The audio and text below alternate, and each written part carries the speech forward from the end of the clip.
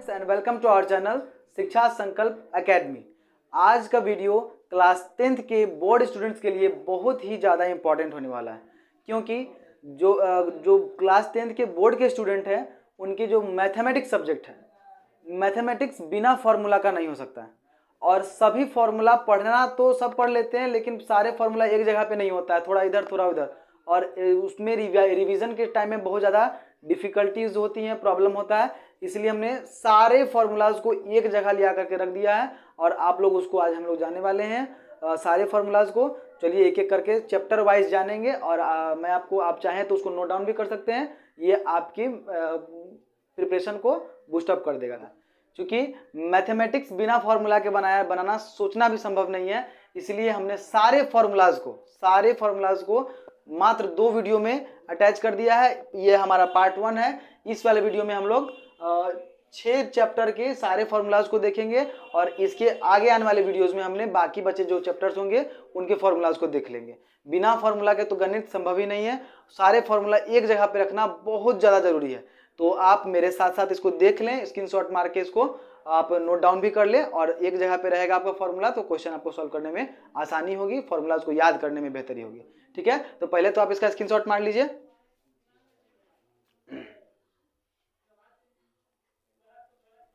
चलिए अब हम लोग इसको चैप्टर वाइज जानेंगे। मैंने सारे चैप्टर्स के अलग अलग फार्मूला जो जरूरी हैं उसको अलग अलग कर दिया है। इससे और भी फार्मूलाज को निकाला जा सकता था, लेकिन मैंने सिर्फ उन्हीं फार्मूलाज को लिखा है जो बहुत ज़्यादा जरूरी है, जिनकी बहुत ज़्यादा आवश्यकता पड़ती है। ठीक है, जैसे पहला चैप्टर है वास्तविक संख्या, है ना। वास्तविक संख्या में 3-4 पॉइंट बहुत ज़्यादा जरूरी है। सबसे पहला यूक्लिड विभाजन प्रमेय, जिसकी सहायता से हम लोग को मौसा निकालना होता है। वैसे तो इस प्रमेय को हम लोग पढ़ चुके हैं क्लास 6 में ही, भाज्य बराबर भाजा गुने भागफल जोड़ शेषफल। इसी को एक नया रूप दिया गया है कि a बराबर बी क्यू प्लस आर, जहां r जो है वह 0 से बड़ा होता है और r से बड़ा होता है b। ठीक है, अब दूसरा फॉर्मूला क्या है कि लस गुने मस बराबर आपका पहला संख्या गुने दूसरी संख्या। ठीक ना।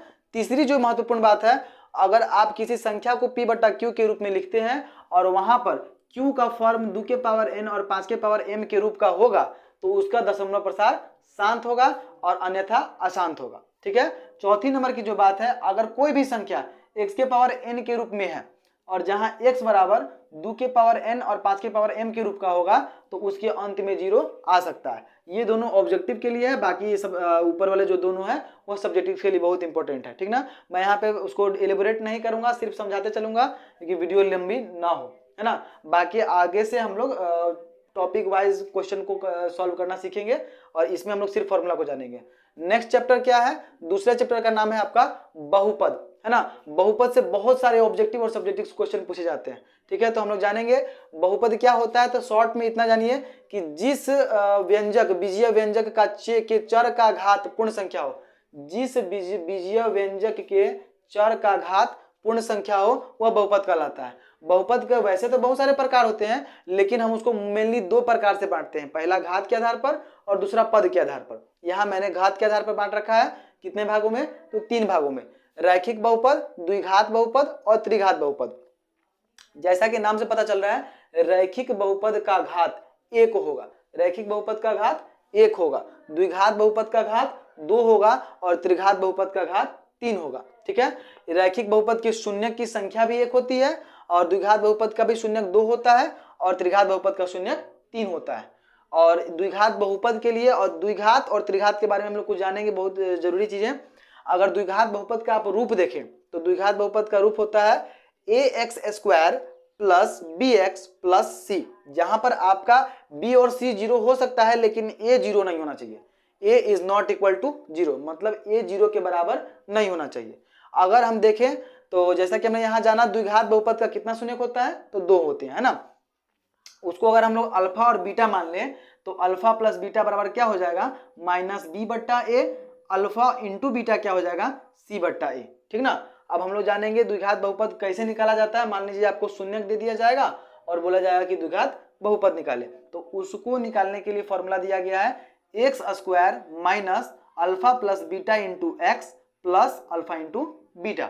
ठीक है, अब इसी का थोड़ा सा और जानेंगे हम लोग त्रिघात बहुपद से रिलेटेड। त्रिघात बहुपद के लिए जो है उसका रूप होता है ax³ प्लस bx प्लस सी एक्स और प्लस डी, इसमें भी ए आपका 0 के बराबर नहीं होना चाहिए। बाकी बी, सी और डी आपके 0 के बराबर हो सकते हैं, ठीक ना, लेकिन ए 0 के बराबर नहीं होगा, ठीक है। और इसमें भी अगर हम देखें तो त्रिघात बहुपद का शून्य कितना होता है, 3 होता है।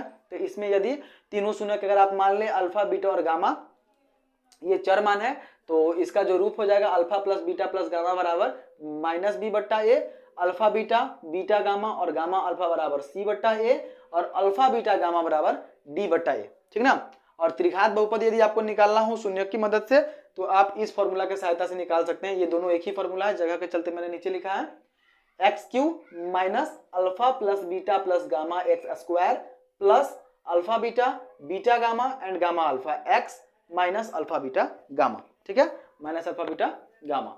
अब हम लोग जानेंगे थोड़े आगे वाले चैप्टर को, दो चर वाले रैखिक समीकरण को। किसे? दो चर वाले रैखिक समीकरण को। दो चर वाले रैखिक समीकरण का मतलब क्या होता है? वैसा बीजीय व्यंजक, वैसा समीकरण जिसमें दो चर हो। कितने हो? दो चर हो और उसके चर का घात एक हो। चर का घात एक हो यानी वह रैखिक हो। चर का घात होगा तो रैखिक, हमने यहां भी जान लिया है। चर का घात दो होगा तो दो द्विघात, और चर का घात यदि तीन हो तो त्रिघात कहलाता है, ठीक ना। तो उसी प्रकार वैसा बीजीय समीकरण जिसका घात एक हो और उसमें चर दो हो, उसको हम दो चर वाले रैखिक समीकरण बोलेंगे, ठीक ना। इसका कितना प्रकार होता है? तो इसके तीन प्रकार होते हैं। कितने प्रकार होते हैं? तीन। पहला जो प्रकार है उसको हम लोग बोलते हैं अविरोधी। क्या बोलते हैं? अविरोधी। दूसरा जो प्रकार है विरोधी। क्या है? विरोधी। और तीसरा है आश्रित। क्या है? आश्रित, है ना।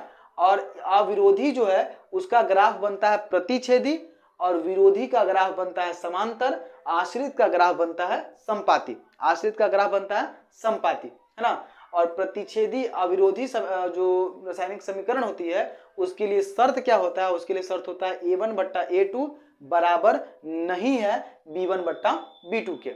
और समांतर का क्या होता है शर्त? तो समांतर का शर्त होता है a1 बट्टा a2 बराबर b1 बट्टा b2 और बराबर नहीं है c1 बट्टा c2 के, ठीक ना। संपाती में हम लोग देखेंगे कि a1 बट्टा a2 बराबर b1 बट्टा b2 एंड बराबर c1 बट्टा c2। आप ध्यान से देखिए तो इसमें कोई बराबर नहीं है, इसमें एक बराबर और एक बराबर नहीं है, और इस पे तीनों बराबर है, ठीक ना। अगर हल की बात देख लें तो इस वाले से जो अविरोधी समीकरण है उसका एकमात्र हल निकलता है, एक हल निकलेगा, कोई भी एक निश्चित हल होगा। और इसका जो विरोधी का है उसका जो हल होगा वह कोई हल नहीं निकलेगा, एक भी हल नहीं निकलेगा। और आश्रित का बहुत सारे अनंत हल होंगे। क्या होंगे? अनंत हल होंगे। प्रतिच्छेदी का सिंबल क्या होता है? प्रतिच्छेदी का सिंबल होता है क्रिस क्रॉस, मतलब कहीं पे भी कटना चाहिए। समांतर का क्या सिंबल होता है? मतलब एक दूसरे के समांतर हो। और संपाती का मतलब होता है एक ही रेखा से दोनों समीकरणों का ग्राफ गया हो, है ना। ग्राफ समांतर का एक दूसरे के समांतर होगा और संपाती का एक दूसरे के एक ही रेखा पर से दोनों जाएंगे, ठीक है। और प्रतिच्छेदी का एक दूसरे को काटते होंगे, ठीक है। आगे हम लोग देखेंगे कौन सा चैप्टर? द्विघात समीकरण, ठीक ना। आगे चौथा चैप्टर कौन सा है? द्विघात समीकरण। द्विघात समीकरण में तीन महत्वपूर्ण बातें निकल करके आती हैं। सबसे पहला द्विघात समीकरण का रूप। द्विघात समीकरण किस रूप का होता है? द्विघात समीकरण होता है A X square plus B X plus C बराबर 0 के रूप का होता है, ठीक है।